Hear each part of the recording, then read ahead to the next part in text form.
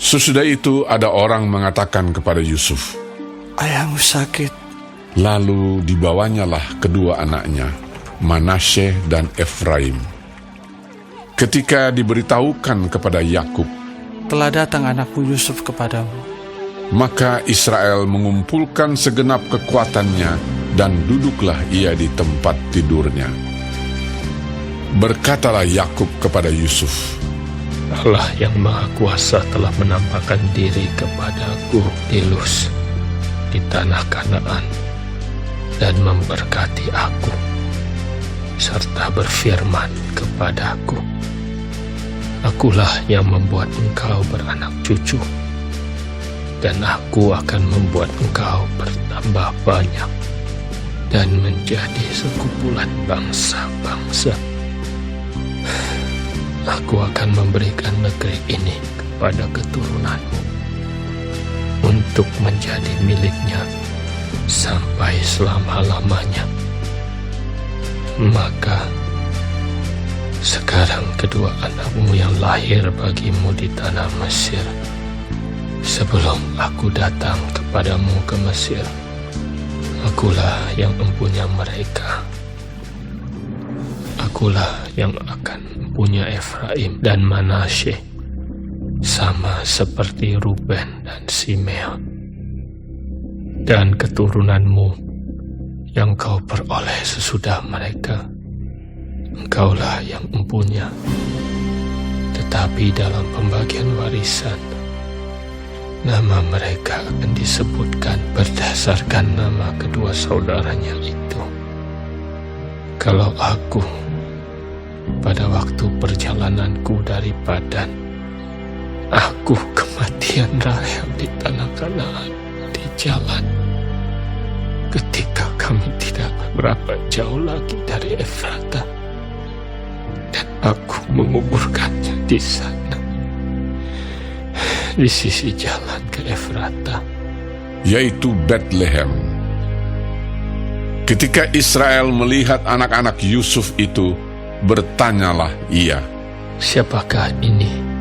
Jawab Yusuf kepada ayahnya, Inilah anak-anakku yang telah diberikan Allah kepadaku di sini. Maka kata Yakub, Dekatkanlah mereka kepadaku, supaya aku berkati mereka.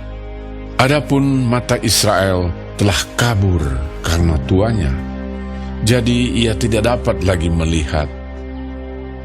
Kemudian Yusuf mendekatkan mereka kepada ayahnya, dan mereka dicium serta didekap oleh ayahnya.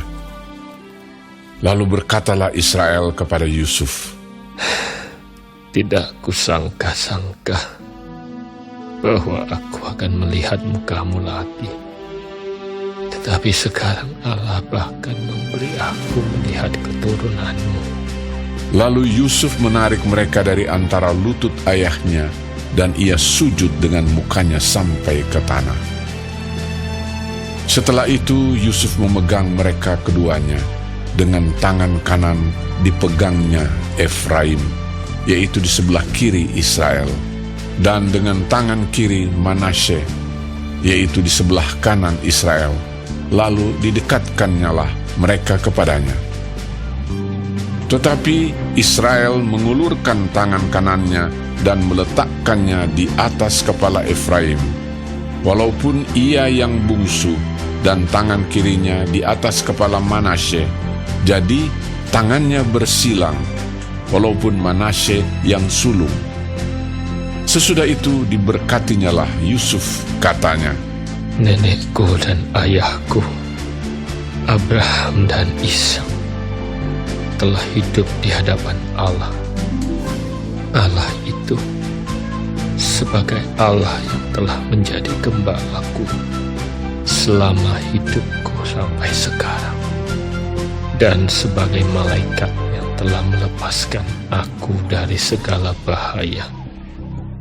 Dialah kiranya yang memberkati orang-orang muda ini, sehingga namaku serta nama nenek dan bapakku, Abraham dan Ishak, termasyhur oleh karena mereka, dan sehingga mereka bertambah-tambah menjadi jumlah yang besar di bumi. Ketika Yusuf melihat bahwa ayahnya meletakkan tangan kanannya di atas kepala Efraim, hal itu dipandangnya tidak baik. Lalu dipegangnya tangan ayahnya untuk memindahkannya dari atas kepala Efraim ke atas kepala Manasye. Katanya kepada ayahnya, Janganlah demikian, ayahku, sebab inilah yang sulung. Letakkanlah tangan kananmu ke atas kepalanya. tetapi ayahnya menolak. Katanya, Aku tahu, anakku, aku tahu. Ia juga akan menjadi suatu bangsa, dan ia juga akan menjadi besar kuasanya. Walaupun begitu, adiknya akan lebih besar kuasanya daripadanya, dan keturunan adiknya itu akan menjadi sejumlah besar bangsa-bangsa. lalu diberkatinyalah mereka pada waktu itu. Katanya, Dengan menyebutkan namamu lah orang Israel akan memberkati. Demikian Allah kiranya membuat engkau seperti Efraim dan seperti Manasye. demikianlah didahulukannya Efraim daripada Manasye. Kemudian berkatalah Israel kepada Yusuf, Tak lama lagi aku akan mati, tapi Allah akan menyertai kamu dan membawa kamu kembali ke negeri nenek moyangmu. Dan sekarang aku memberikan kepadamu sebagai kelebihanmu daripada saudara-saudaramu suatu punggung gunung yang kurebut dengan pedang dan panahku dari tangan orang Amori